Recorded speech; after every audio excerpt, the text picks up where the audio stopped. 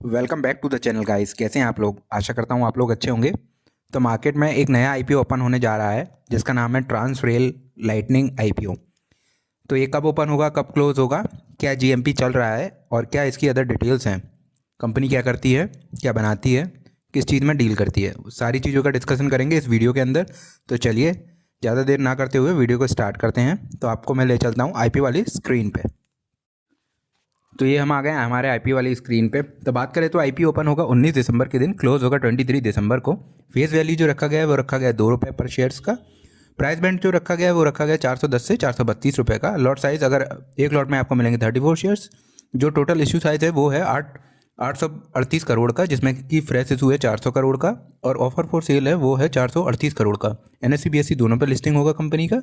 अब बात कर लेते हैं और अदर इंपॉर्टेंट डेट्स के बारे में।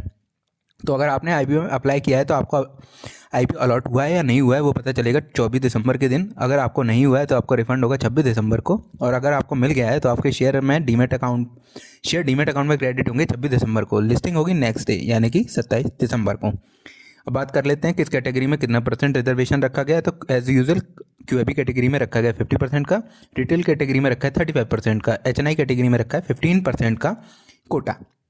अगर आप रिटेल कैटेगरी में अप्लाई करना चाहते हैं तो आपको मिनिमम एक लॉट के लिए अप्लाई करना पड़ेगा। और अगर आपको चेन्नई स्मॉल कैटेगरी में अप्लाई करना है जो कि होती है 2 लाख से ऊपर वाली कैटेगरी, तो आपको 14 लॉट्स के लिए एप्लीकेशन लगाना पड़ेगी। अगर आपको बिग चेन्नई में लगाना है जो कि होती है 10 लाख से ऊपर वाली कैटेगरी, तो आपको मिनिमम 69 लॉट्स के लिए अपनी एप्लीकेशन लगानी पड़ेगी।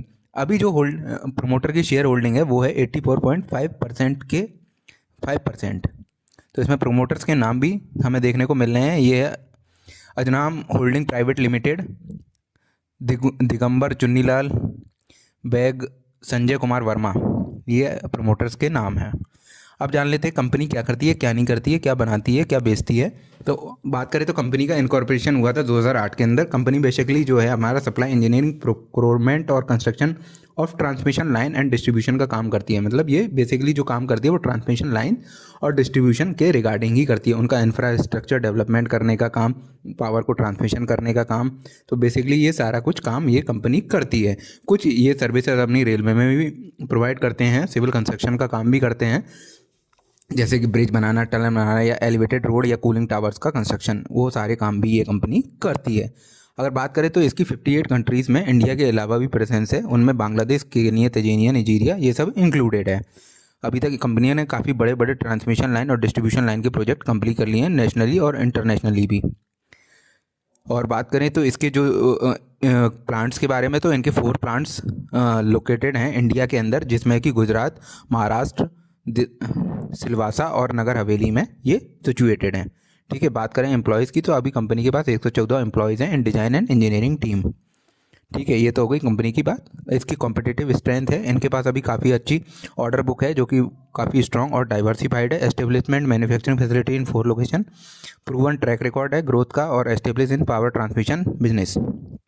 तो ये इसकी कॉम्पिटिटिव स्ट्रेंथ हो गई। अब जान लेते हैं मेन मुद्दे पे आ जाते हैं कि इनके फाइनेंशियल कैसे हैं, कंपनी कोई मुनाफा कर भी रही है या सिर्फ वैसे ही चल रही है। तो देख लेते हैं फाइनेंशियल की बात करें तो एसेट्स तो सही साथ दिख रहे हैं देखने को। ये जो भी फिगर्स आपको देखने में दिख रहे हैं वो सारे इन करोड़ हैं। रेवेन्यू की बात करें तो रेवेन्यू में 2023 से 2024 में 30% के आसपास का उछाल है। 3172 से 4130 करोड़ पे पहुंच गया रेवेन्यू। अगर बात करें तो प्रॉफिट की, तो प्रॉफिट 107 करोड़ से बढ़ के 233 करोड़ हो गया, जिसमें कि 116% की उछाल हमें देखने को मिल रही है। बोरोइंग की बात करें तो हल्की फुल्की है, 600 करोड़ के आसपास की बोरोइंग है। हल्की फुल्की तो नहीं बोलेंगे, ठीक ठाक ही बोरोइंग्स है, पर ये बोरोइंग्स होती हैं ट्रांसमिशन और पावर डिस्ट्रीब्यूशन कंपनी के पास, क्योंकि उनको कंस्ट्रक्शन का काम करना पड़ता है और इक्विपमेंट भी खरीदने पड़ती हैं, तो थोड़ी बहुत बोरोइंग तो चलता है इन कंपनियों में। तो रेवेन्यू को देख के तो हमें ठीक ठाक ही समझ में आ रहा है कंपनी ठीक है। बात करें पी की, तो पी अभी जो है प्री आईपीओ वो 23.15 का है। आईपीओ आने के बाद ये हो जाएगा 28.02 का। तो आईपीओ आने के बाद पी इनका बढ़ जाएगा। एक बार बात कर लेते हैं कि ग्रे मार्केट प्रीमियम क्या चल रहा है कंपनी का।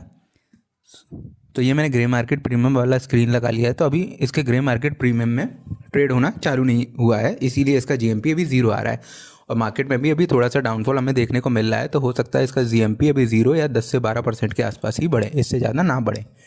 बट जैसा कि इसके फाइनेंशियल हमें देख के लग रहा है कि इसके फाइनेंशियल तो अच्छे हैं, तो कंपनी को एक बार हम लॉन्ग टर्म के लिए ट्राई कर सकते हैं। मैं तो इस कंपनी में अप्लाई करूँगा। आप प्लीज़ कमेंट करके बताइएगा आप अप्लाई करेंगे या नहीं करेंगे। So that's all for today guys. Thanks for watching the video. Please like the video and subscribe to the channel. Thank you.